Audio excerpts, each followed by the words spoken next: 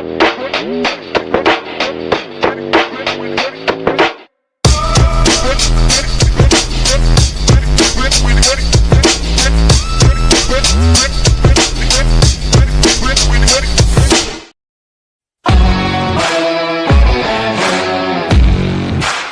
tuned into SEC Sunday Night, part of the Chief Sports Network.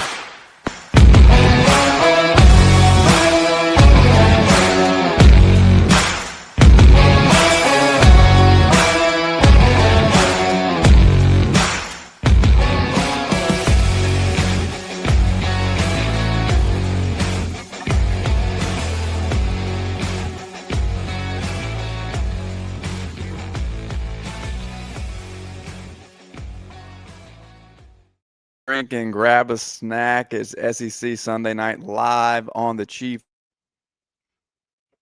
Sports Network. HDLawSC.com. Brad and Dean are here for you. They are the best in the business when it comes to personal injury. And they not only want to fight for you and win you some money, but they're going to talk to you and get to know you. It's a great relationship building experience. You're not just a case file. You're not just a number. You're a real person, and they're going to make an investment in you and your case. They're going to go and win for you. That's HDLawSC.com. Hewitt Damaduros Law here in South Carolina. All right, Craig, it was a low week in the SEC in week Apple 6. picking, baby. Nothing really to talk about. I made the big apple picking statement. You made it out apple picking, came back with some apples. I said this is the week. Go out, decorate your house, grab your pumpkins, get your apple cider donuts, do your thing. And the league had other plans.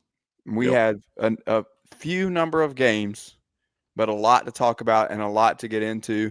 And before you and I really break anything down, it is time, as always, for our SEC Pretty Campus tour, and then we'll really get into it. Joy is joining from College Station, Texas this week. And so in this video, for those of you, if you're new with us and you haven't been with us before, I want to say hello to everybody in the chat box over there. But also want to let you know, yes, Casey, my internet connection seems to be better off this week. And if you have not seen our SEC Pretty Campus tour before, I will remind you that Joy and I met on Friday for this video, and we talked about some stuff heading into week 6, but we also have a lot of predictions for week 7. And so you'll also see Rob dancing in honor of the 12th man. Not so fast, my friend, but maybe Joy. I think Joy dancing would be more pleasing to our viewers because she's more SEC pretty than I am. All right, let's get it going. We'll be back in just a minute. Please enjoy this time on the SEC Pretty Campus tour in College Station, Texas.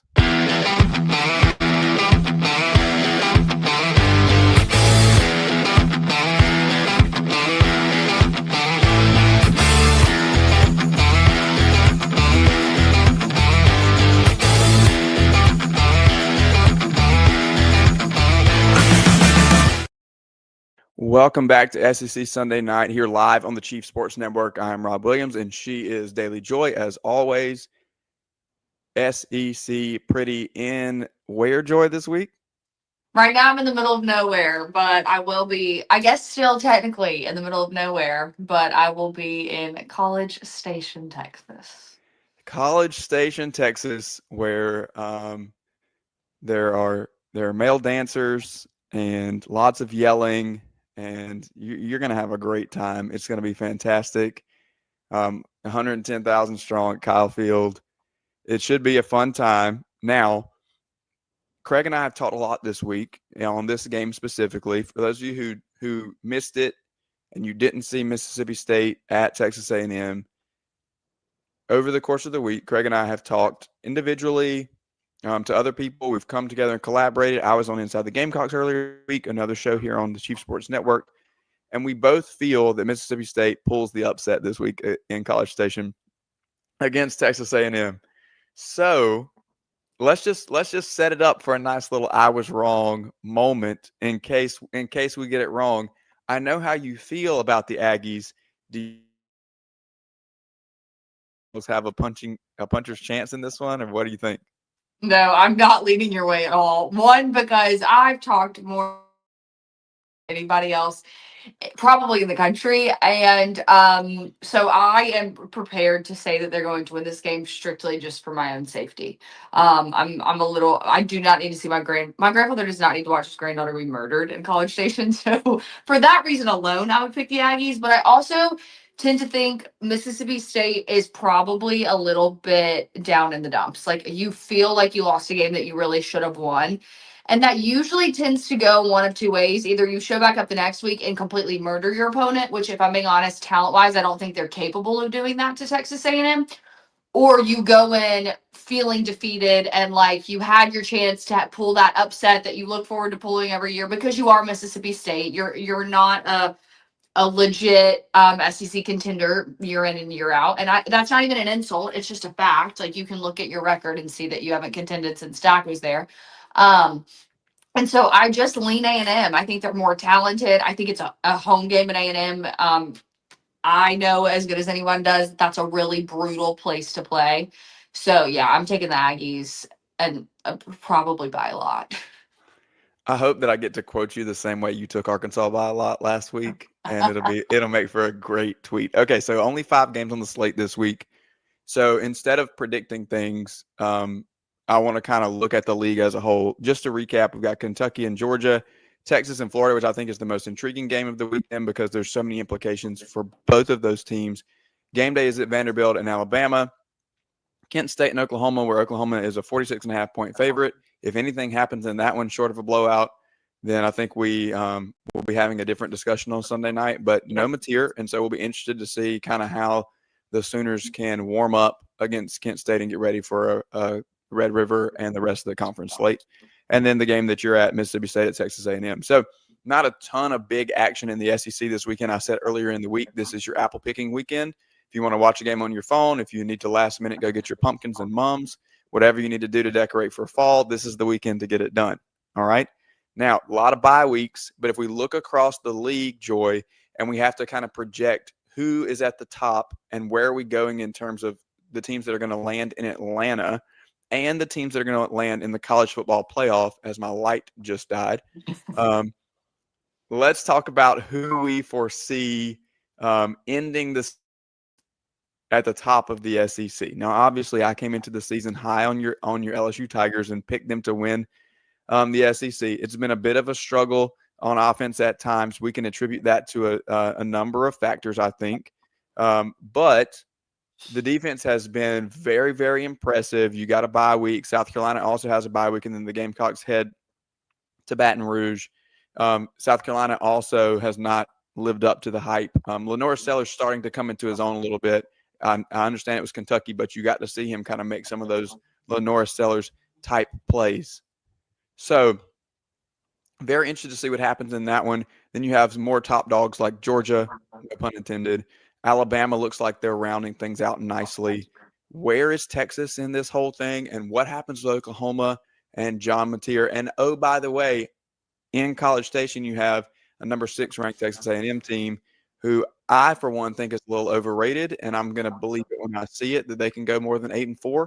But we'll see how the rest of the season plays out. For you, who stands out as the top teams? We can take a guess that at least 3 SEC teams are in the playoff, maybe 4, dare I say 5. So who is it that's sticking out to you at the top of the league right now? Yeah, I mean, I think there's 2 overwhelmingly obvious answers, and it's Alabama, Georgia. I don't know how you watched the Alabama-Georgia game last weekend and don't think that those are 2 of the best teams, not just in the SEC, those are 2 of the best teams in the country. Alabama finally found its identity last weekend, which is what they needed.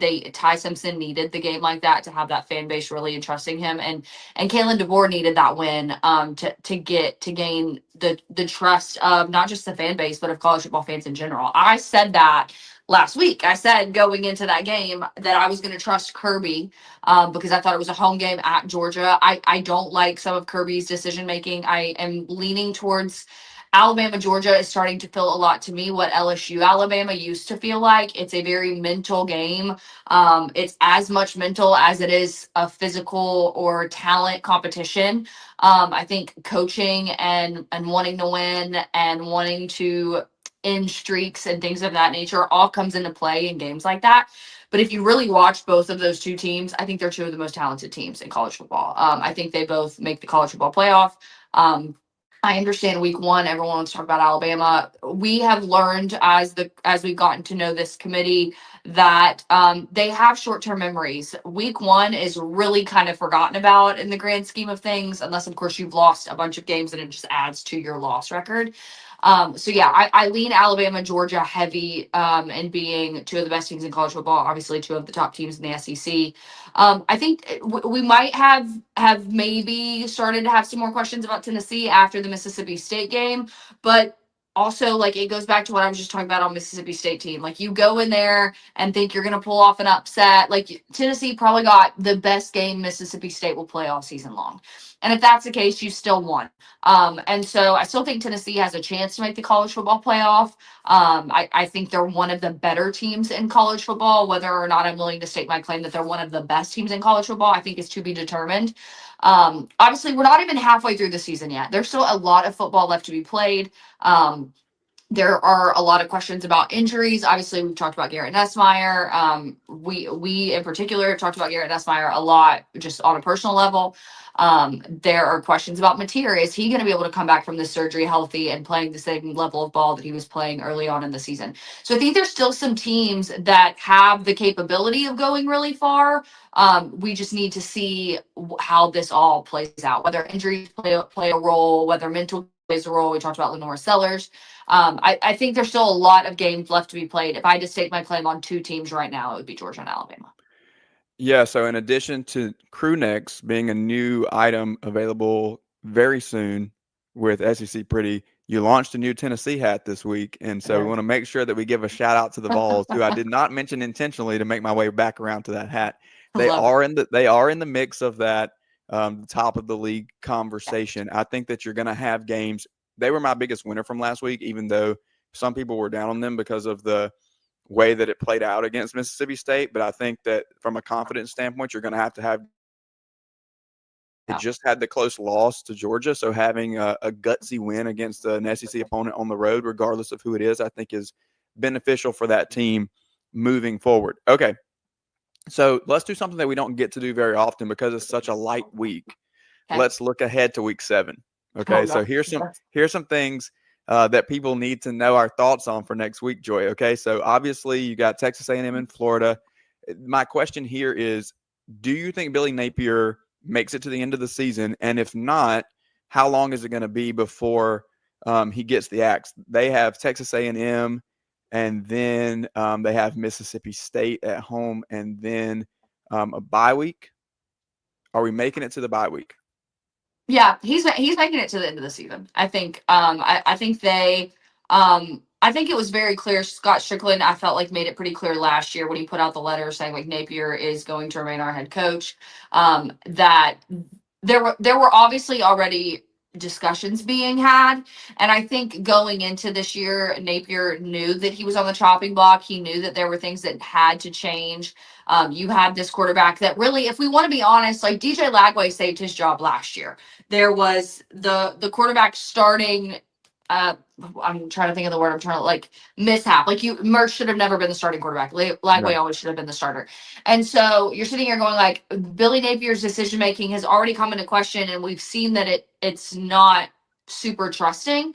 And so I think that they had conversations with him going into this year saying like, if you don't figure it out this year, like you're done. So I think he knows that he's done. I think they know that they're done. I think Florida is, as much as I would hate to say this to anyone that's a Florida fan, they are a athletic program that prides itself on winning and competing for national championships year in and year out. They are going to find a coach and do some research and really be nose down in this coaching search, probably more quietly than any of us would ever want or know. I think they've probably already started on that. I think it's just a question of, if you're taking someone from another school, giving them the opportunity to finish that year out at that program, however that may be. And so I think Florida's already searching. I think Napier is really at this point in time just a placeholder until they have their guy at the end of the season, and they'll put him in play pretty quickly. Perfect. Let's do 3 more really quick here. You've got Alabama at Missouri. season, and they will continue to stay at home. We have Alabama Vanderbilt coming up. By the time this airs, that will have happened, barring what I don't think is going to happen in another Diego Pavia miracle upset. I think Alabama is rolling hot into. Do you think Missouri's for real? Do they have a shot in this game? Are they a contender and a challenger for the college football playoff? I think a contender, yes, and I don't know if I necessarily think that that's because of how talented they are. I think that there is a lot of questions about a lot of schools in the SEC right now, and lucky for them, this conference does tend to get the benefit of the doubt, especially when it comes to the committee. So if they're still high up there and there's some schools that have fallen down, Missouri's absolutely going to get a nod, or the benefit of the doubt simply because of the conference that they play for, which is quite ironic considering that their fan base loves to talk about everybody else in the conference not getting the nod. But when it works out in their favor for the first time, they'll be loud and proud to be a member of the Southeastern Conference. I don't think they have a chance in Hades of beating Alabama. I do. Yes, they were at home. I went to Mizzou. I watched the Border War. I think they're a good team. It does help that you've played at home literally all season long, and that's not a fan's fault. That's not their program's fault. It's simply the SEC's fault. But I think they're going to get a team that is red hot in Alabama, especially coming off what I think will be a confident win over Vandy. And I think the real Mizzou, the Mizzou that we're finally kind of thinking they might be, will come out when they play Alabama. Oh, nice. Okay. Shots a little bit. Like I'm right there with you. It's a realistic take, but I mean, it's not even. I'm it's just just social anticipating the media. phone call. We'll just get the phone call from Maggie later. Okay. We love you, Maggie. That was not about you. Okay, two more. Let's go Red River next because I have to save the best for last here. Oklahoma, Texas, lots of expectations in Austin. What's going on with Arch Manning? You're going to get probably, in all likelihood, no John Mateer here unless some miracle happens. So how do you make sense of this game? Does it have as much without the starting quarterback for the Sooners? I understand it's going to be a major matchup, but are we going to hedge our bets and say, like, it may not matter if Texas comes out on the front end in terms of Oklahoma's long-term projection and what they can do in the postseason? Or is this a game that really defines the season for both of these teams? This game will always matter. And I don't know necessarily if we're talking from a college football playoff standpoint, but this game matters in terms of like those two fan bases chirping at each other for an entire year. So like at some level, this game will always matter. I do think it matters from a quarterback standpoint. I think we're going to find out a lot about Arch this weekend, if I'm being honest with you. I think Florida's defense is much better than they're getting any kind of credit for. And so I think they might give Arch a little bit of fits. I saw someone ask if Texas was on upset, and someone said Texas isn't good enough to be on upset alert. And I tend to agree with that at this moment in time. Now, I'm not saying that in long run, they can't be a contender. I think we all going in, if you knew ball in any capacity, thought Arch was a little bit overrated, and all that has happened this year is our points been proven. I do think that Texas-Oklahoma will be a game because you're going to get Arch and not Oklahoma's starter. Oklahoma's defense, though, I think is for real. I think Brent Venables is for real. I think they're going to give Texas fits on the defensive side of the ball. I do question how good Oklahoma's offense will be without Mateer. Again, barring a miracle, he might come back. But yeah, I think this week watching Oklahoma play a lesser opponent, seeing what they have at quarterback, will tell us a little more about what we can expect going into Texas, Oklahoma. Okay, last one here, Joy, as we are pitted against one another finally on October 11th.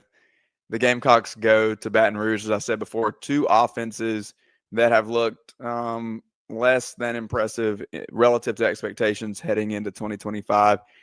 We've talked about LSU's defense and the job that Blake Baker has done and the personnel that he has to work with this year. South Carolina's defense has been a little streaky, but what we do know about them is that they take opportunities to score, and they take those often.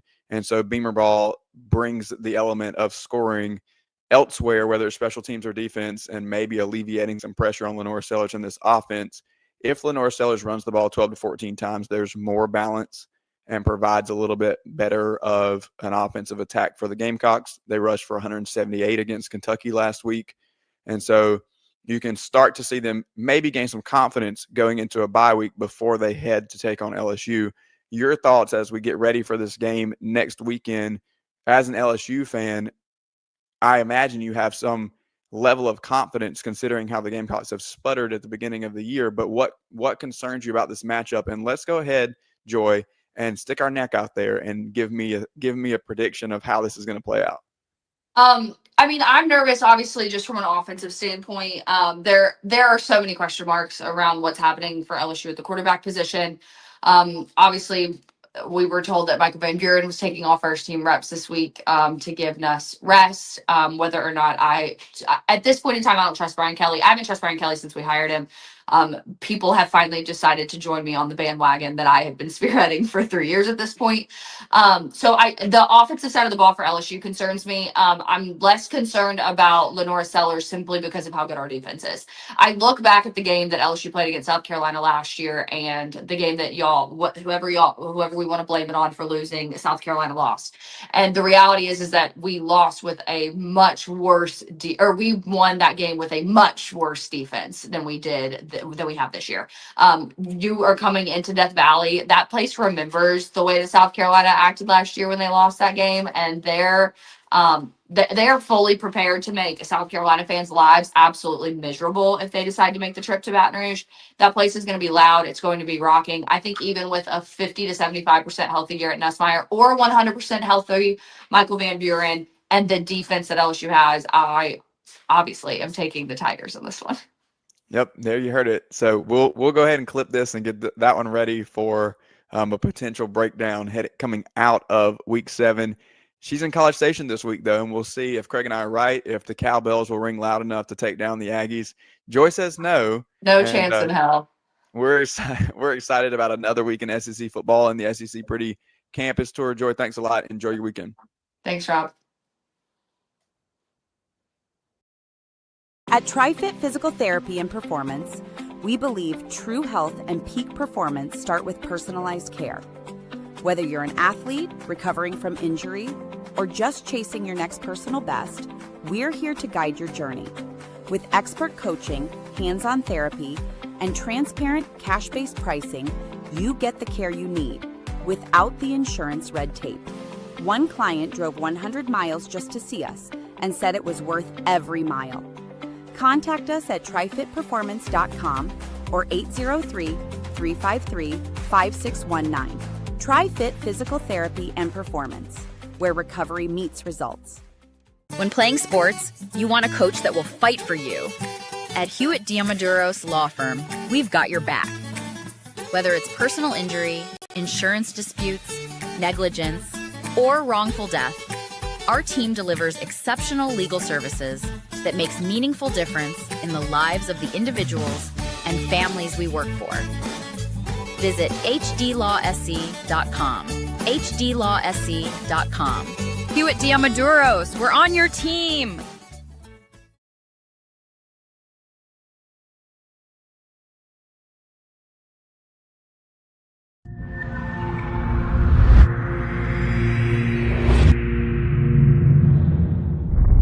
OTC is go. Packet is go. PTC is go. LPS is go. Houston flight is go. Pilot go. STM is go. Safety com is go. STU is go. LRD is go. SRO is go. CDI is go. Launch Director, NTD, our launch team is ready to proceed at this time. It's SEC Sunday Night, presented by Hewitt Diamaduros. Visit hdlawsc.com. It's go time.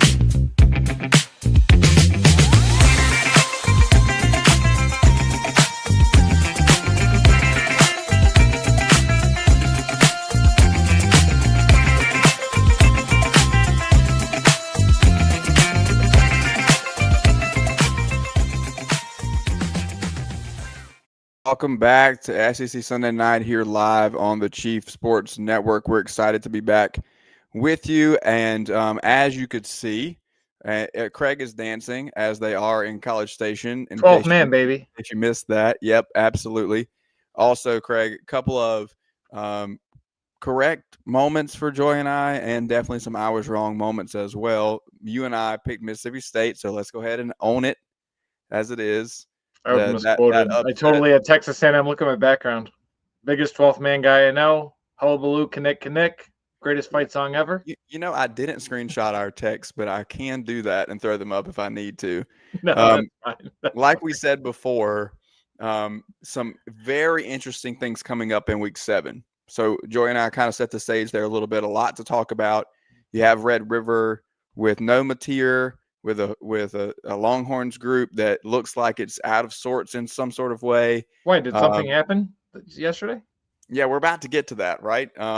You've got South Carolina LSU, which has been talked about a lot on this network as if you'd have gone preseason, probably the most anticipated quarterback matchup of the year between in the league between Nuss and Sellers. And now, as it stands, we don't really know what's going on with Garrett Nussmeier. Is it an injury? If so, what exactly is that injury and what's the extent of it? Is it going to be Michael Van Buren? We just heard from Joy. He's, again, a reminder, he's getting first-team reps during the bye week. Lenora Sellers seemed to kind of get his legs about him against Kentucky, but it's Kentucky, so we'll see what that matchup looks like.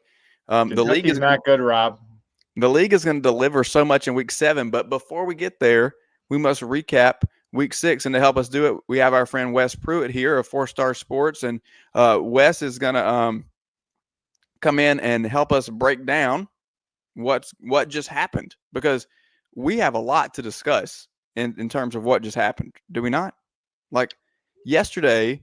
So Georgia, bounced back. Is that what we need to And talk they about, just- Georgia? Are we not talking about Georgia? I thought I totally had my whole script. I was ready to talk about Georgia. Gunner finally threw an interception.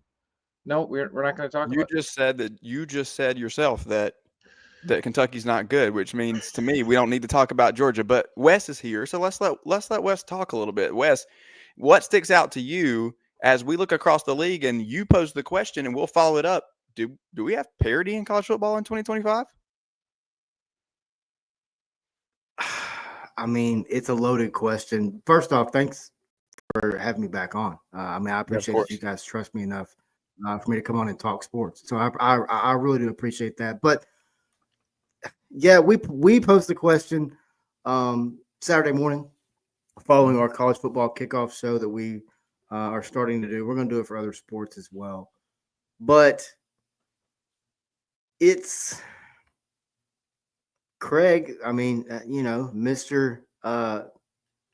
What's the term? Mr.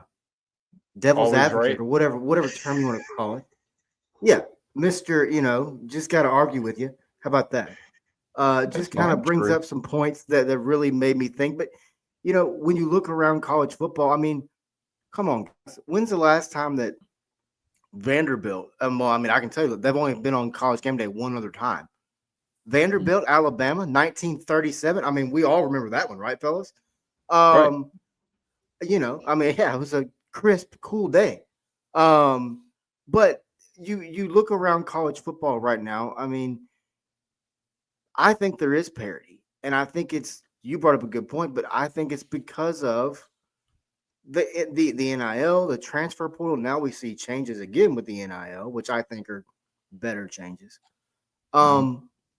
But the problem right now is it's nobody has any daggum patience. I mean, you look here in Fayetteville, Hunter can't write a check. You're a check. He can write a check when the chicken man tells him to, but when it comes to his football program, he doesn't want to support him.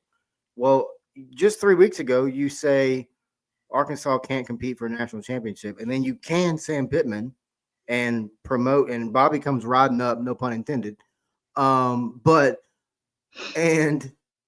all of a sudden you can compete for a national championship. No, you're lying. You just didn't want to support your head coach, and you wanted him out of there, and now he's gone. The problem is his seat's hotter than fish grease right now, and he's too delirious to even understand it.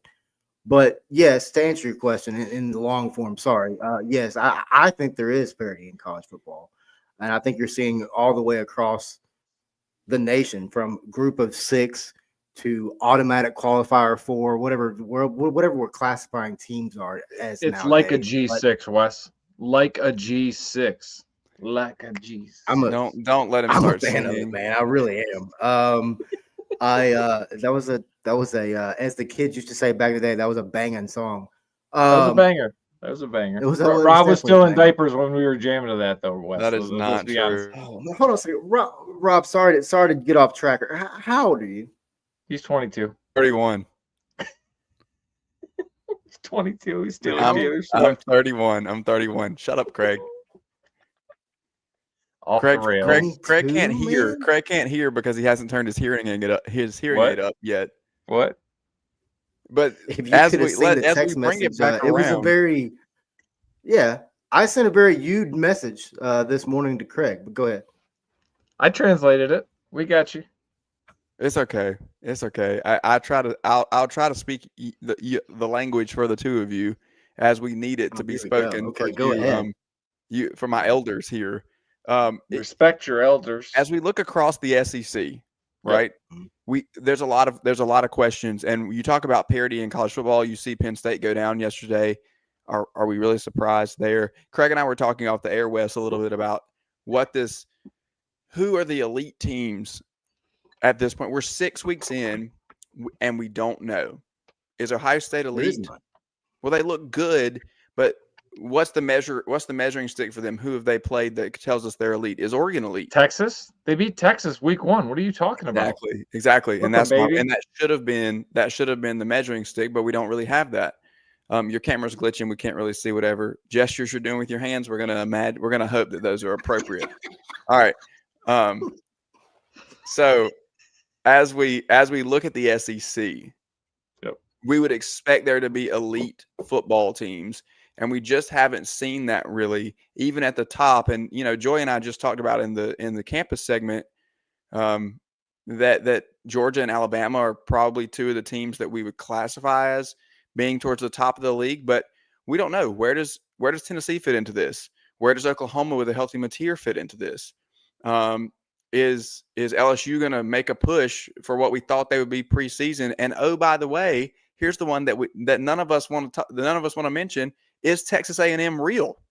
I have the background. I totally think the Aggies are real. But let's start, because I was mean to Texas A&M a couple weeks ago, and I say I don't even think about you. But let's be honest. What Mike Elko has done with the defense, because he's actually playing defense, unlike whatever the hell Kirby's calling it in Athens. Elko's defense is legit, and he's also got a running game. I mean, he's got a legit running game. Texas A&M is going to be that team that you really don't want to play, because they're gonna drag you into something that is going to be tough. It's going to be mean. It is going to be dirty. And as much as I want to poke fun right now and do all the things that I do for this against the 12th man against Texas A&M, they are definitely a contender. Alabama is a contender, I think. Ty Simpson, I think, has got it kind of figured out. I still don't trust Kane Womack's defense. I still have lots of questions there. And it's the same thing. I have the questions in Athens. I think when it gets to it, I don't want Georgia to play Texas A&M. I think Texas A&M would run all over that defense. Not to mention you have a secondary that is rather weak. So, don't talk to me about LSU, because I don't trust anything with Brian Kelly. And I think I heard you wrong. No offense, Wes, but I didn't hear anything about the Lane train, because the Lane train, I think, is right there in that conversation.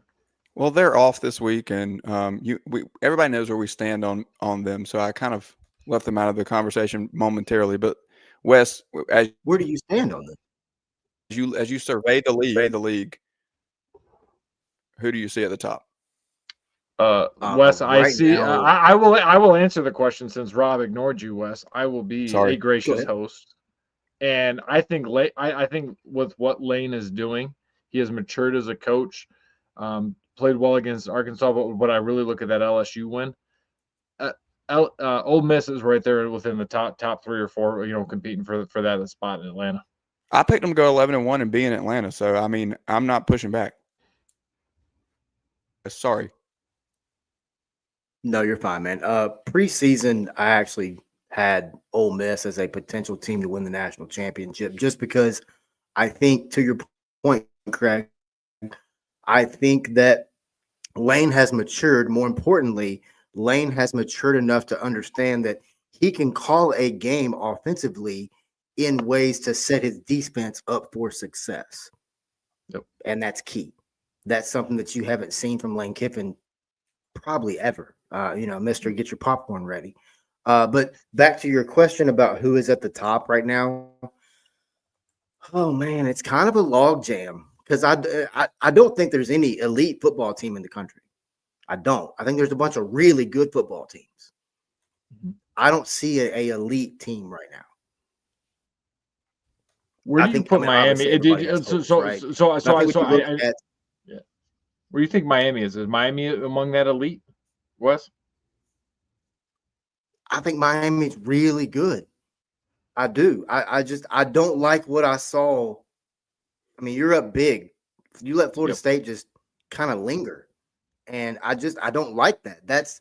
Look, Tony Siracusa, God love the man, one of my favorite people in the world. He coined Mario Cristobal as a Instacart coach. He can go shop, he can go buy all the pieces, but by golly, don't cook. And I love it because it's factual. That's the only thing that is keeping them from being elite, to be honest with you. Yep. They just that's my thing. I do not trust. If I could talk, it'd be amazing. I don't trust Cristobal, and I don't trust Carson Beck. Everyone's talking all about Carson Beck. His numbers are actually not as good as they were last year in 2024. And as someone who's had to cover the man for 2 years, if the moment gets a little bit too big, those lights are gonna be hurting him. He's gonna look worse than he does against the Scavenger twins. So. You say had like it was just like you were just handcuffed, hog-tied, just had no control over it, just had to be there. Man, that would have been rough. But no, sorry, Rob, back to your original question, what seems like 10 minutes ago now. I think Alabama's up there. I think Florida State pissed them off. I mean, come on, think about it, guys. Kellen DeBoer now, 17-3 against top 25 opponents as a head coach? That's something that can't be ignored. Arkansas is I don't want to cuss on your show. They're a garbage pail right now. They're off in the corner and they're just burning. Auburn, I don't know. I mean, come on now. That is the most beautiful coup by Hugh Freeze ever, besides laying up in the bed calling games for Liberty. This is one of the most beautiful things I've ever seen in my life. Oh, Coach, what happened on first down? I don't know. Hold on. Let me go get the guy who calls the play. Come here. All right, what, a third down? All right, you go away. Go. Hey, while you're back, go get the third down guy. Like, come on, man. You might as well just say you're not the play caller because you're just sitting there. Then you're just, him hauling around about every answer you give. I think Auburn's a joke. I think Georgia's up there. I had Georgia losing 4 games this year preseason. I know that I would not have invited you if I would have known this 4 loss business. I had them losing 3, Wes. Don't worry about it. Oh, yeah. I'm not. I will say this: their quarterback play has surprised me because I was not expecting it to be what it is. LSU. I don't even want to talk about LSU. Mississippi State, Klanga. I don't think they're up to that level yet. But I think you keep letting Jeff Lebby hang around in Starkville, he'll get them there. I like that football team. I like the way they play. They play with some grit. Eli Drinkowicz, who I personally think is, and this is not any inside information, anything. This is just my personal opinion. I think he's going to be the next head football coach at Arkansas. Ooh. And I think if Arkansas does that, it is a freaking 5,000-pound man belly flop splash. Can we pause for a minute, Rob, and get off the rails? Just because I want to dig into that for a second. Why does Drink leave Mizzou to go to Arkansas? What is it? Is it the chicken money and you get a deal at Walmart? What is it? What is it that makes you leave Mizzou for Arkansas? Because I think most people would say, is that a lateral? I would say it's lateral. I think that we've long time called for him to go to Gainesville, but probably sounds like Shannon Dawson may be the move. Craig called that, and that is what we're hearing in terms of who they like coming out of Florida, at least early on, and they haven't even fired Billy Napier yet. But Wes, you tell us, what's your thought process in Drink coming over to Fayetteville? I mean, literally from Springdale, Arkansas, played at Shiloh Christian. I drive past the school twice a day. From here, played for Gus at Shiloh. wife is from here. This is home for Eli. And while I understand he's doing great things at Missouri, to come home and do what you've done at Missouri, if you get Arkansas, and no offense, if you give Arkansas fans 2 10-win seasons in a 5-year span, you got a statue up here right 6 miles away from me on Razorback Road. You That's are impressive. riding the hog, no pun intended. But I think he can come home and do that, because I think if he comes home, then you get the boosters behind him. Then you get the people behind him. I think if you're, first off, and I wrote about it on Last Word on Sports article, if you're the University of Arkansas, do not allow Hunter Yurachek to touch a single piece of this hiring process. Tell him He's got to go sit in right the now, then, my corner. friend. He's got to go right now, because you're going to have someone hired. Well, then within a that's weekend. got to be done, because if you allow him to do that, it's come on. I mean, I just personally don't think you can allow him to do it. Call Houston Dale Nutt and tell him, hey, we'll give you the AD. You just go make this hire and we'll figure it out. But we got to get this guy out of here. Sorry, Rob. We are majorly going off the rails. I apologize. Nope. I mean, hey, if we're going to have a conversation about Drink coming to Arkansas, I'll take that all day, because that'll get them stirred up for sure. Okay.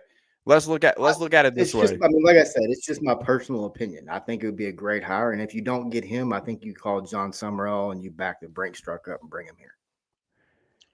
I bet you, UNC I think the Summerall's up there. Summerall is going to be at the top of a lot of people's lists. So here's the thing. Here's the thing that I would say here is 8:31 SEC Sunday Night Live on the Chief Sports Network every week here, as we have about 3 minutes left with Wes Pruitt of 4-Star Sports Media helping us break down what's going on in the SEC. Is there parity? Are we seeing something? We've talked about some teams. Let's talk about some players. Craig writes a great piece for Last Word every week on the Heisman race, and the staff of writers there kind of give their input and their votes and whatnot. Craig, you kind of lead us off here, and I would love to hear where Wes is falling on this too, as we're 6 weeks into the season and we're starting to get some meat on the bone in terms of where this Heisman race is going and how it's shaping up. You've already given us your thoughts and feelings on a couple of key quarterbacks like Ty Simpson and your beloved Carson Beck. We know that those guys are at the top of a lot of boards. Why do you think that they belong there, or is there a third candidate that I haven't mentioned, maybe Trinidad Chambliss, that's in this conversation towards the top? So the SEC, I think, is getting shut out here. I wrote last week about the Big Ten bias. You've got Dante Moore. You've got, oh my God, Mendoza's getting a lot of love in Indiana. But the key for the SEC was Johnny Mateer. And when Mateer got hurt, and when he's been now going to be missing Kent State, he's going to miss Red River, that's going to take him out. I don't think Trinidad Chambliss is going to do enough to garner that attention. Nuss has kind of flattened out. To me, I think it's Ty Simpson. It's as old as dirt. Let's be honest. Alabama, whether it's Kalen DeBoer or whether it's Nick Saban, has that shine. And I think the media, especially in the Southeast, will get behind a Ty Simpson Heisman if they can win out, if they can win an SEC championship. Then I do think Ty Simpson can probably pass that, but he is going to have to get past Dante Moore over at Oregon.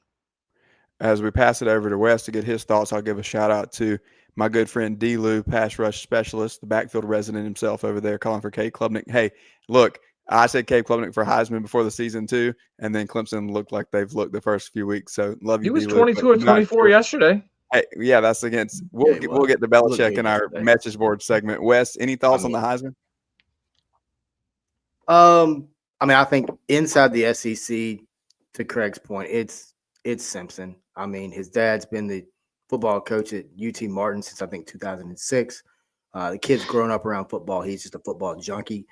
Outside of that, you talked about Fernando over at Indiana, playing incredible football.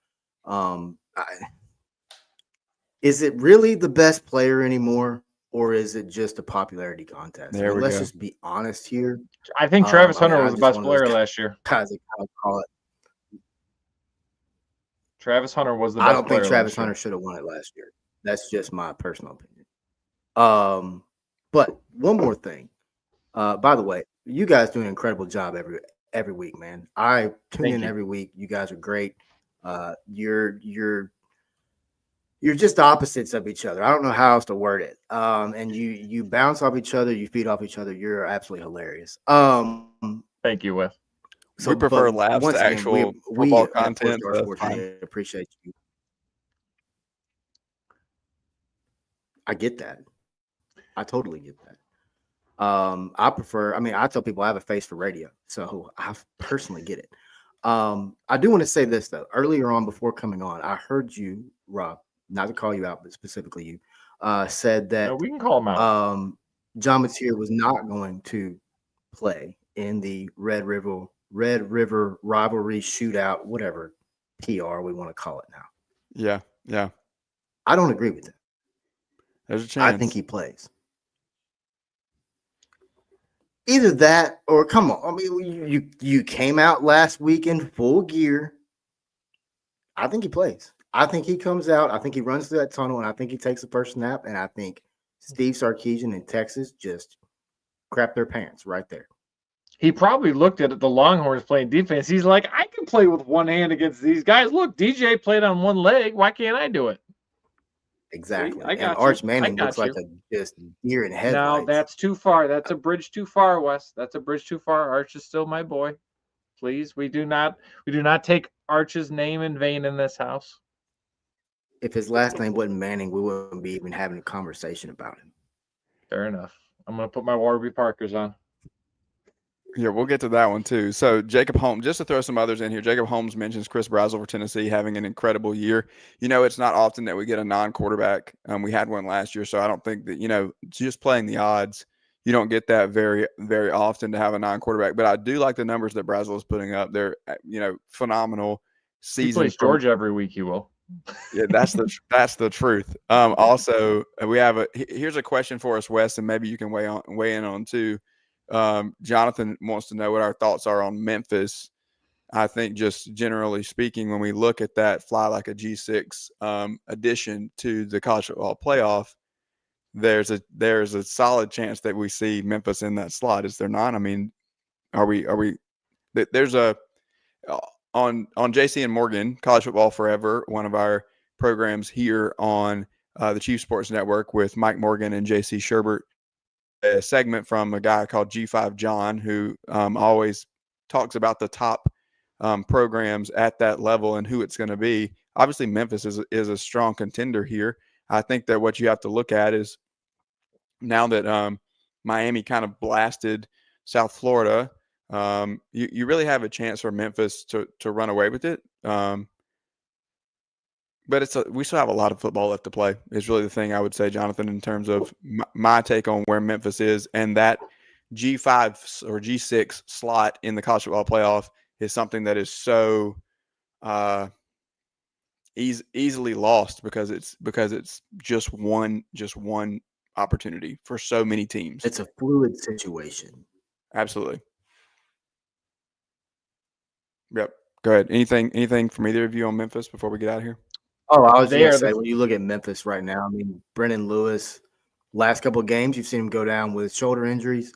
I mean, of course, we at 4-Star Sports Media cover the entire campus of Memphis extensively. But, you know, Brennan Lewis gone down. Last couple of weeks, you've seen Arrington Maiden come in. Of course, he made a name for carrying the 380-pound Arkansas Razorback guy like 5 yards to essentially close out that game. But he showed a little bit more this week that he's got a little spunk to him. He's got an extra gear. But I mean, he can also sling the football. Kid out of Texas, tall kid, can really play. But I think when you look at Memphis right now, defensively, talk about elite. I think Memphis is elite defensively. I think they line up and they shut you down. And I think their stats this season speak to that. But I also believe, and I might catch a little heck for this, but currently South Florida is the top team in the group of 6. Just strictly they went to Florida and beat Florida. They did something Texas couldn't do. That win puts them above Memphis right now, especially considering it's Arkansas. No offense, but I mean, you know, according to my last article, Arkansas is on the side of the road right up here on I-49 at exit 60, right outside Fayetteville, broke down. So, I will say this for Memphis, that Memphis or UNLV have the inside shot for the G6. I think they will pass USF. Whichever coach does not make the college football playoff will be your next head coach at the University of Arkansas. All right. Who knew? Who knew that tonight what we were getting was a show about who is going to end up in Fayetteville? I thought we kind of settled that debate last week. Aren't they just getting Rhett Lashley to delete his tweets from last summer and bringing him in? Like, I thought that was what was going on. All right. It's SEC Sunday Night Live on the I Chief will Sports tell you Network. this, man. Sorry to cut you off. No, you're good. Oh, it's all right. Sorry, my bad. I didn't mean to cut you off. I will tell you this: as someone who lives 6 miles from the campus, it is plane tracking season up here, and there are people that are claiming they're tracking planes that no one even knows about. They're top secret 007 planes. It's wild stuff. Those secret black helicopters. That's it. We're tracking them all. And pretty soon, I think we'll be tracking some more, even though DJ Lagway and the Gators may have bought Billy a little extra time. We'll get into some more of the meltdowns that were happening over the course of the weekend as we get on over to the message boards with Casey here in just a moment. I want to say thank you to Wes Pruitt from 4-Star Sports for being on with us and talking about how in the heck do we make sense of what's happened in these first 6 weeks and who are the teams that rise to the top. I think we can say with confidence, we don't know, and we need some more football. So thankfully, it's only heading into week 7. Wes, thanks a lot for being with us. This is SEC Sunday Night, and we'll catch you right after this break. When playing sports, you want a coach that will fight for you. At Hewitt Diamaduros Law Firm, we've got your back. Whether it's personal injury, insurance disputes, negligence, or wrongful death, our team delivers exceptional legal services that makes meaningful difference in the lives of the individuals and families we work for. Visit hdlawsc.com. hdlawsc.com. Hewitt Diamaduros, we're on your team.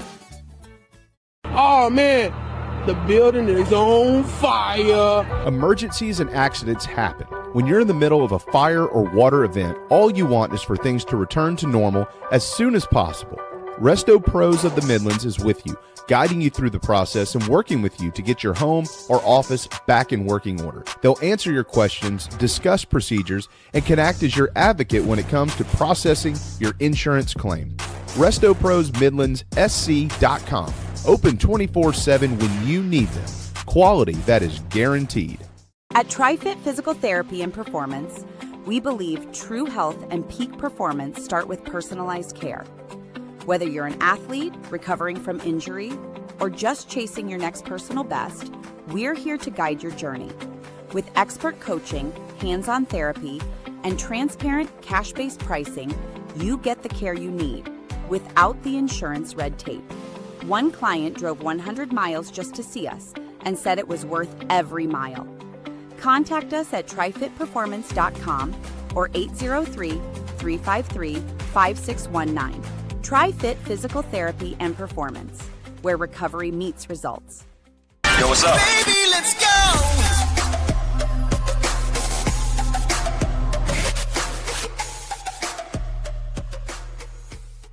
This is SEC Sunday Night on the Chief Sports Network.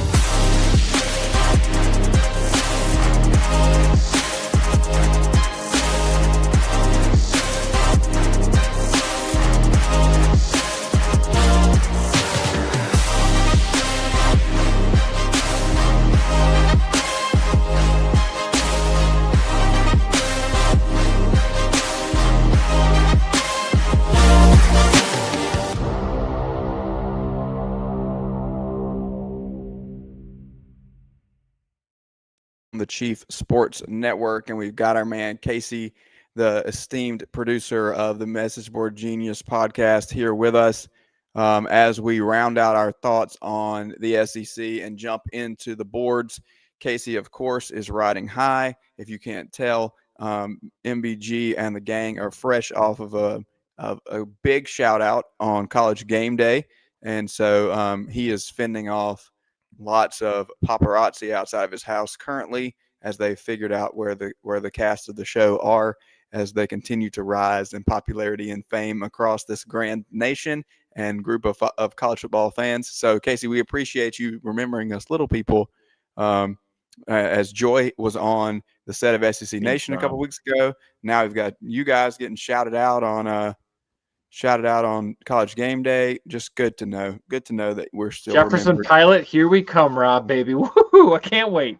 Yep, that's it. That's it. I love Jefferson Pilot, and I'm excited. I'm excited for our future. No, we are loving our life here on the Chief Sports Network, and we love life with MBG, the MBG pod, and our friend Casey here as well. So let's talk about Craig, a little bit of how things played out. Casey, feel free to jump in here as it got a little chaotic for us, and I'm sure you guys have seen some stuff moving around. Let's talk about Diego Pavia, because the discussion going into yesterday was if they could win the game in Tuscaloosa, maybe Diego Pavia was the Heisman front runner. And I think that would have been accurate if they'd have won the game. However, 2 red zone turnovers for Pavia himself, not just for the Commodores, but for Pavia, really get in the way of what Vanderbilt was trying to do. I still think they're good, though, Craig. And we had some thoughts off the air. I would love to hear you kind of bring that to life for everybody to see the juxtaposition between, yes, I did just use that word, Vanderbilt and Diego Pavia with Texas and Arch Manning. So this is the frustrating part. Vanderbilt, Pavia, like, shout out to him. He practiced taking a knee yesterday before the game, and I love it. Like, he had Johnny Football on the sideline for him. He made 2 critical errors, and when you're Vanderbilt, you are not allowed to make errors. It's just that simple. You don't have the athletes for it. He fumbles early that could have put Vanderbilt up 2 scores, and then he throws a late interception.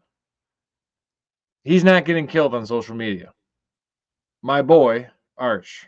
My boy. Look how they've massacred my boy.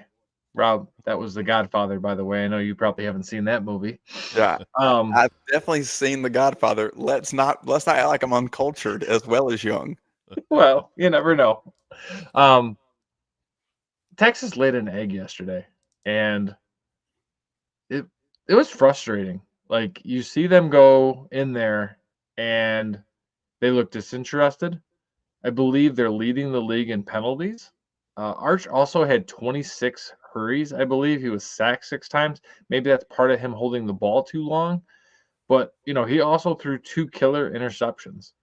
And it's just interesting to see the narratives. You got Diego, who's like the people's quarterback. He's got a lot of fun there. His mom's dating Theo Vaughn, which I guess is interesting to somebody. If I knew who the hell Theo Vaughn was, talk about being uncultured, maybe. Whoa.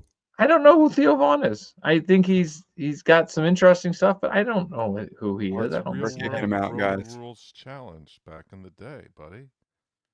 Whatever. Is this because okay? You tried to throw a shot at me for now because you thought I didn't watch The Godfather. Now you don't know who Theo Vaughn is. Like, listen, I'm old and I like my granola, so I probably don't listen to Theo Vaughn. So, like me, Craig. All right, go ahead. So, I think Vandy's still going to be there. Maybe like 9-3 this year, probably more than likely. Texas is in some hurt, and Texas is in for some trouble. Brent Venables has that defense cooking in Oklahoma, and regardless of who the quarterback is, I think you need about 24 points to win Red River next week. And I put my chips on, that Oklahoma, as weird as that is. And again, I've been the biggest naysayer for Oklahoma, but that Texas defense didn't even look vaunted yesterday. I mean, they let DJ Lagway on one leg, again, light him up, go after him. Or maybe you're Georgia and you can't do that. You don't have that in your scheme. But just did not work. So, needless to say, super disappointed in Texas. I think they're going to be hard-pressed to find themselves in the playoff. Pavia and Vanderbilt, yeah, it sucks. But guess what? You can live to fight another day because you weren't expected to win. Casey, yeah, I agree, Casey. From the perspective of a loudmouth quarterback who lights up social media and gives you guys some free material to give you a joke, to the golden boy with his Warby Parkers who's throwing it to the other team. Do you see Craig's point here? Where are we going with these 2 programs? I think Vanderbilt looked great. I think again, outside of those two, that fumble, that was it right there. Because if they score again right there at the beginning, it might take the will of. I mean, the fans were already starting to turn after that 57-yard run that they broke off, and now they had a chance to go up 2 scores. That crowd would have been amazing for the message boards. And then I think the Texas-Florida game, it was that very first drive, right off the kickoff. Florida just ran it down their throat. Every play, 6 yards, 5 yards, 11 yards, 6 more yards. It was just from the get-go. I think Texas thought they were going to get off the bus and just absolutely manhandle Florida. And it was quite the opposite from the get-go. And again, sad for us that we don't get to see Florida's meltdown, but probably better for us and our show is that Texas was the one who ended up melting down the most this weekend. So, well, let's not forget that you could have had a Meemaw meltdown. I mean, she was on the edge, wasn't she? Like she was on the site too. Yeah, she was on site. She was riding the roller coaster. She was excited. She was down. She was back excited again. She brought a toaster with her. I was gonna say the brave little toaster probably made that trip. All right, let's throw a couple of these in here, and then I want to get to week 7 because I think that we do have some important things to look at here, and we'll start there in Gainesville for you, Casey. And then after we get through some of these laughs, I think that we need to talk, the three of us, a little bit about what's happening in week 7. But let's just start here. This one's more ads than it is words, but that gives us a picture. MBG doesn't have the premier membership to this one apparently. Arch in the Warby Parker commercial. Our friend ST310 says he should use those glasses to find a new school. Wow. So where is Arch going next year, boys? Let's start it now. Arch Manning to transfer. His mom's a Virginia alum. Like that would just be the firestorm from talking about Arch Manning transferring to another school is all the fire that you guys need. It would be amazing. He's not going anywhere. He's going to He's staying right in Austin, and he's going to take the boys to an undefeated national championship next year in 2026. He will learn from his mistakes, and he's going to use that as fire. So I'll take that, ST3F0, you well-known member. I couldn't read that far in my glasses. You need some Warby Parkers. I was just guessing the letters there. You know what? We'll see if we can't get in touch with Arch and get that orchestrated for you. Okay. I think that we have a few outside of the league here for you. Outside the league? We're going outside the league? We're going to the ACC? Well, you're here with us, so we needed to oblige our guest just for a moment. Well, Cardinal Jim says the only thing that will stop ESPN from ramming the SEC down our throats is the fans of other schools and other conferences to turn off the TV. If enough ACC fans called Home Depot and said, we're not going to shop at your stores until College Game Day that you sponsor stops only pumping up the SEC and select Big Ten games. The only thing that matters to these types is money. Start affecting their business and things will change. So I guess I have to cancel my order for hedge clippers this week. Yeah, go to Lowe's apparently. Yeah, just go to Lowe's. It's across the street, I'm sure. Literally, it's across the street. I like when they're like right next to each other. It doesn't matter where you go. I promise it's across the street. You don't have to go far. Just go to Lowe's. Yeah. Look, how do we feel? Craig, as an SEC show, how do we feel about is there SEC bias here? No. Listen, never, right? The kid said it, or the guy, whatever he is, Cardinal Jim, Party Jim. No, Cardinal Jim. I think he's in the Roman Catholic Church in some way or shape or form. Oh, I probably saw him at church this morning. Yeah. Well, thank you, Father. So I voted for him for Pope. Did you? Did you get a vote? I voted. That's awesome. He doesn't get a Heisman vote, but he does get a Pope vote. That's good. That's good. But here's the thing. Like Stu Mandel always will post like the top ratings. So if we want to talk about money, we want to talk about dollars. The conferences that get the most money and the most dollars are the Big Ten and the SEC. That's why, even though it was Alabama, Vanderbilt, College Game Day was going there. Let's think about, and this is a perfect callback to Wes. We were so far off the rails, we really didn't get to answer the question. We go from Alabama, Vanderbilt at game day to next week, Oregon, Indiana. Indiana and Vanderbilt have back-to-back games where they're playing and game day is there. If you want to tell me that parity is here in college football, that's all we need to know, because that isn't Oregon and Alabama just going to go smack those teams. No, those are games that both those teams have to worry about. No, I agree. It's And a great point. by the way, former Home Depot employee, worked in the Peachtree City one in Georgia, also worked in the South Canton Home Depot. By the way, at South Canton Home Depot, we had a flag football team. We were undefeated against the other Home Depot teams. There's actually teams who wouldn't want to play us because we were too rough. So it's flag football. But how did you? But the real question is, how did you do against the Lowe's team? All right, let's go. They were from the other side of the street. All right, let's go to this one. This is also outside the league, and I pulled it and made sure you're going to have to read it off. Oh, there it is. Actually, we can see the whole thing. I made sure I captured the comment as well because I thought that the way they memed it at the bottom was great. It says from the Dogzilla on Twitter, it says, no way James Franklin getting outcoached by Joffrey Lannister. This one honestly had me cracking up more than anything else that Craig sent me yesterday. And the fact that they got Joffrey Lannister's head on him and the meme below it in the comments was just perfect for me. Shout out to John Snyder. Don't think that's actually Bo Duke from the Dukes of Hazzard, but if it is, that's probably pretty cool. Also, probably is. How big does that headset look on Jerry, by the way? It's like one of those memes. It does. Dude, okay. So, Craig, please wax poetic on James Franklin for just a minute, because we all know how you feel about him. But let's also, you asked me the question off the air before I toss it to you here. Is he done at Penn State? And I just don't think, what's going to make them fire him? I think that they're comfortable. I don't think he's going anywhere. There's $55 million. There's at least 55 million reasons why James Franklin will still be the head coach at Penn State. It's disappointing. It's frustrating. But at the end of the day, it's like, well, we lost to the UCLA's. We got to go out to Westwood and have a little fun.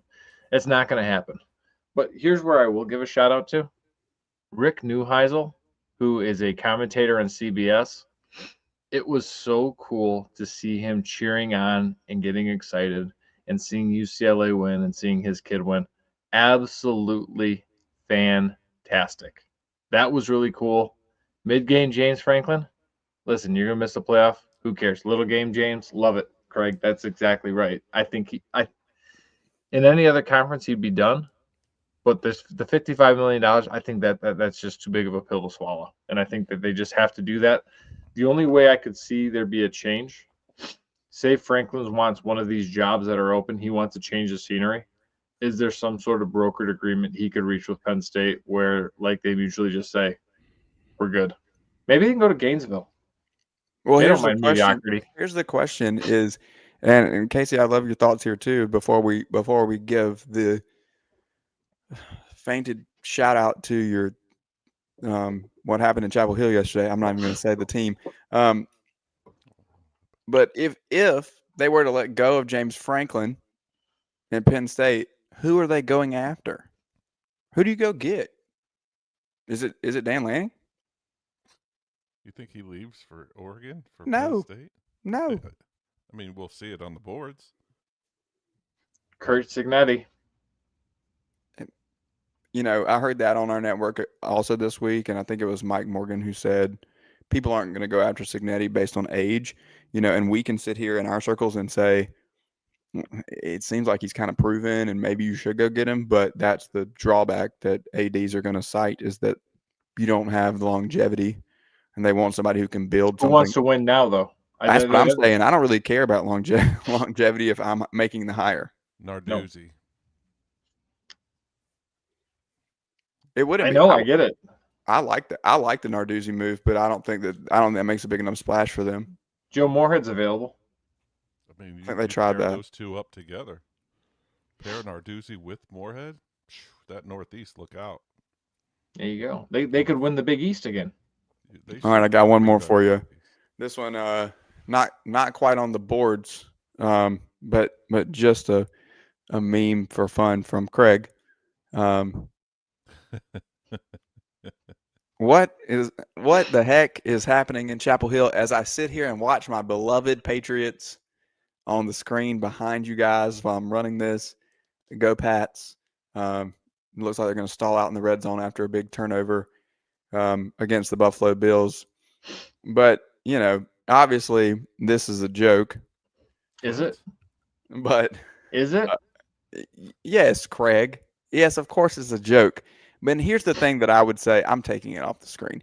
Here's the thing that I would say. Coaches. When it comes to Bill Belichick is that the jury for me is still out on his ability to make it in college. I think that if you go 1 year, there's Are you serious right now? The jury is still out. You have to give it more than a year. If No, you you experiment, don't. you do. No, Yes, you do. don't. Yes, you absolutely do. I'm going to split the difference here. It's a between the whole terrible thing. roster. It's a terrible roster that he put together. Exactly. So if you make a mistake, though, in roster acquisition in your first year ever in the college game, does that mean that you just automatically can't recover? Like you can't have you couldn't have Nick Saban come in there and coach this roster to get better wins. There's not enough talent in the building. Weren't they 7-6 last year? I believe they made a bowl game. They did. Yeah, and then he ran off the roster, and then he went and fleeced the Atlantic Sun Conference for players. He didn't even go to the Sun Belt. He thought it was the Sun Belt, but is that what it was? It just so like that's the thing. I think David Ubben had an excellent piece this week where they were talking about rival executives, rival coordinators and rival coaches, and they said all the guys he was going after were all like Sun Belt guys. He built a G6 roster, and now you want to give him another year? He's making $10 million a year. Sorry, that ain't gonna fly. And I would love to be in Bubba Cunningham's messages to his boosters saying, "Oh, I'm sure Summerall would just look horrible right now." I mean, it's just a freaking joke.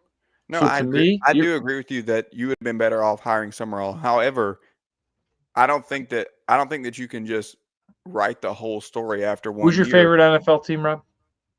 The Patriots. I'm watching it. Okay, and who was your favorite NFL team growing up, Rob? The Patriots. Okay, thank you. Casey, you got anything on this? Yeah, I kind of split the difference. I think he does get another year. I mean, but I also think that the experiment is over, and I do somewhat agree with Rob with the 70 new players. I cannot wrap my mind around the fact that I know they're more than 85 now, but in my mind, my old man mind, 85 scholarships. You have 70 of those guys are brand spanking new. They missed on the quarterback. They missed completely, and I thought Max Johnson looked okay early yesterday on the scripted plays. Isn't that funny too? How good North Carolina looks with their scripted plays, but then once that's done, they are done. I mean, they were horrendous. And I also find it funny that Steve Belichick is unofficially the coach in waiting, and his defense is awful. Yeah, it's bad. I mean, it's Clemson's really back, bad. but his defense is awful. Cade Klubnik got a Heisman vote for me for his 22 of 24 yesterday. In 2 quarters of play? Yep. Just pay no attention. That's how Clemson likes to do it, right? That's how Clemson likes to do it. You play guys for the first half, blow out your ACC opponent, rest everybody for the second half. We too deep, and then by the time you get to the playoff, you're fresher than everybody and looks great. Okay, so what happens first? Belichick gets fired or Jordan leaves for Lou Holtz? I think he gets fired first. Just because he is not coaching well doesn't mean that he doesn't have any money. Okay. Do we think that do you think she's with him for notoriety and prominence, or because he could bankroll her endeavors, which he can still do? I don't know. Yeah. It's just it's hubris and it's arrogance, and I get that. Like, you have to have that role, and you have to do that. But it's just been an absolute dumpster fire, and he's just absolutely non-competitive when he plays a P4 team.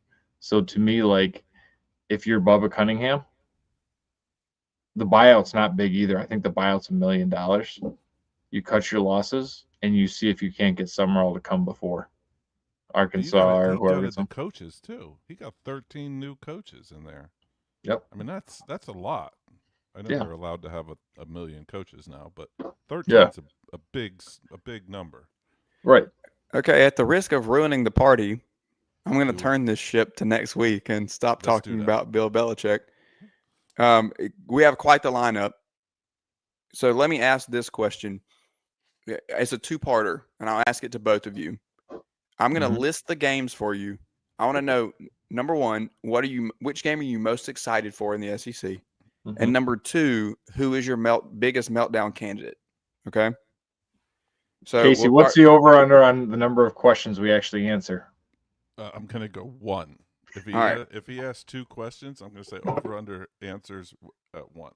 Okay. So we have South Carolina and LSU, where LSU is a 9.5-point favorite. We have Alabama at Missouri, where the Tide are a 3.5-point favorite. Ole Miss, Washington State. We're not going to look at that one. The Rebels are favored by 32.5. We have Red River. Texas is a 2.5-point favorite in this game. Not really sure how. What's going on? 3.5 earlier today. That's already fallen a point. Tennessee's got Arkansas as 12.5. I don't foresee that being a thing. Texas A&M is an 8.5-point favorite at home with Florida coming to town, and then Georgia is just a 3.5-point favorite on the road at Auburn, who we still don't really know about. So again, Carolina, LSU, Bama, Mizzou, Red River, Florida A&M, Georgia, Auburn. Most excited. Let's start there. I think the best game of the weekend, just on paper, because literally I wrote them down, will be Bama, Missouri. It was a good shot.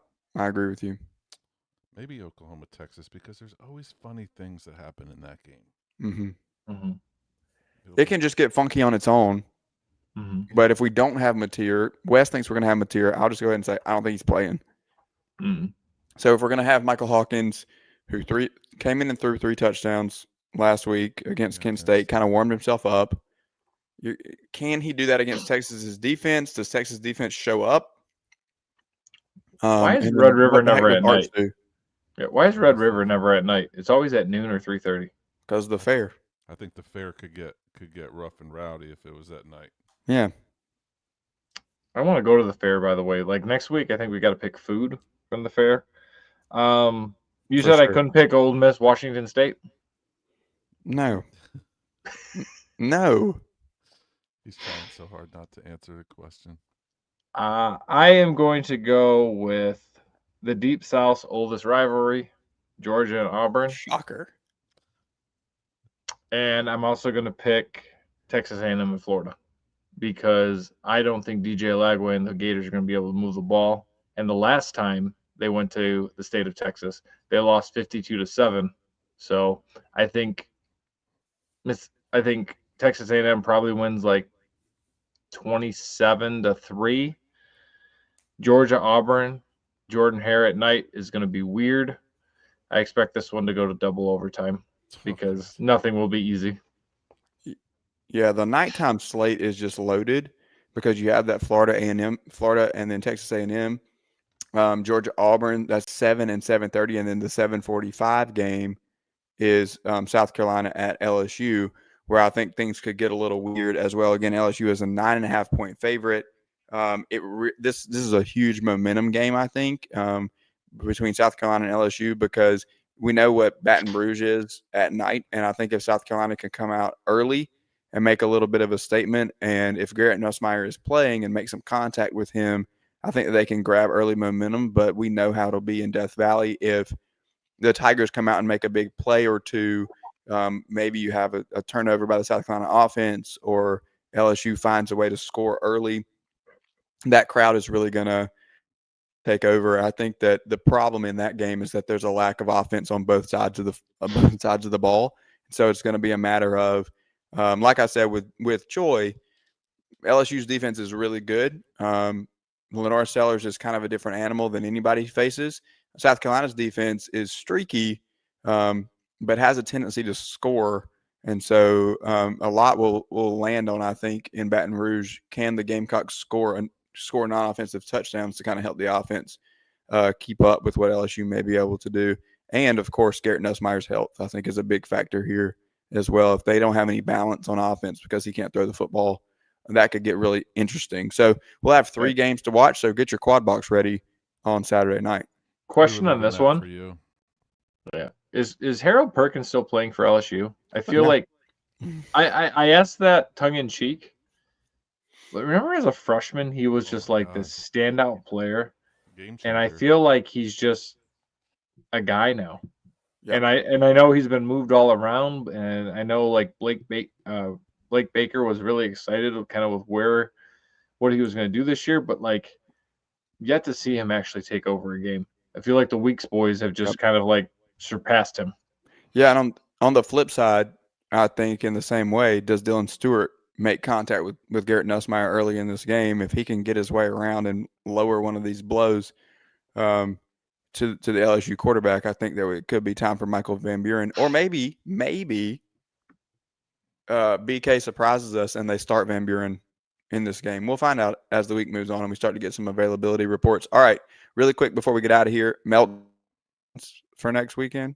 Anybody in the SEC here? Georgia. Are we talking the Texas State Fair like a patty melt, or what are we? We'll talk about that next week. I'm really talking about message boards. Shout out to MBG. Georgia. I agree, Casey. Actually, Georgia, yes. And no, A&M. the answer We'll the see how correct Florida responds after a nice win against A&M on the road. We'll see. Shout out Maggie Johnson. Go ahead and tag her that I'm actually defending Missouri. You've got a sleepy 11 a.m. kick in the other Columbia. Alabama will come in disinterested. Mizzou, and I think that'll be hopping. Go ahead and tag Brett Sarver as well. I think Missouri makes this one close and makes the Tide sweat. Ooh, can we imagine an upset here? Then we'll really have parity in the SEC. Well, the one we didn't mention, you did mention Red River, but something that you didn't bring up is if Oklahoma pulls this one out, and let's say that they pull it out by more than a touchdown, we get another major Texas meltdown here. That could be trouble in Austin really, really quick. So keep your eyes. Casey's licking his lips, and it's not just over the fried butter. We're good. All right, look. It was a fun week 6. We didn't expect it. Week 7 looks like it's going to give us everything we need and more. So if you're here with us tonight, thank you to everybody who's with us. Thank you to Dailey Joy for always being on the road. Make sure you come next week to figure out where it is that she's going to be in week 7. And also shout out to Wes Pruitt, 4-Star Sports. And as always, our friend Casey here, the esteemed and hilarious producer of the Message Board Genius podcast. Make sure you check out the MBG pod this week and every week. You can find them on all platforms, and you can hear about them on College Game Day. So just tune in as they continue to make their rise. We will see you right here on the Chief Sports Network next Sunday night around 8 o'clock. Maybe we'll get started early. Maybe we'll go late. That's how we like to party. We'll see you next time.